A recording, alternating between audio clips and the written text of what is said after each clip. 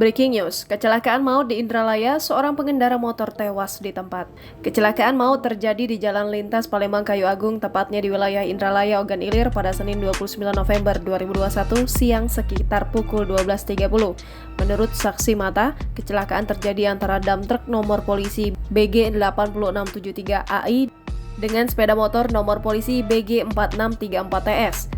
Dam truk melaju dari arah Pasar Indralaya menuju Timbangan, sementara dari arah berlawanan melaju sepeda yang dikendarai dua orang berboncengan. Seorang saksi mata, Baso, mengatakan salah seorang pengendara motor tergeletak di aspal dengan kondisi kepala nyaris hancur. Sementara seorang pengendara motor lainnya juga tergeletak di jalan dan mengalami luka cukup serius. Polisi yang mendapat laporan langsung menuju lokasi dan melakukan olah TKP.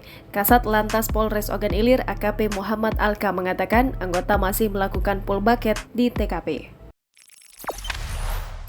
Jangan lupa subscribe, share, komen, dan like ya!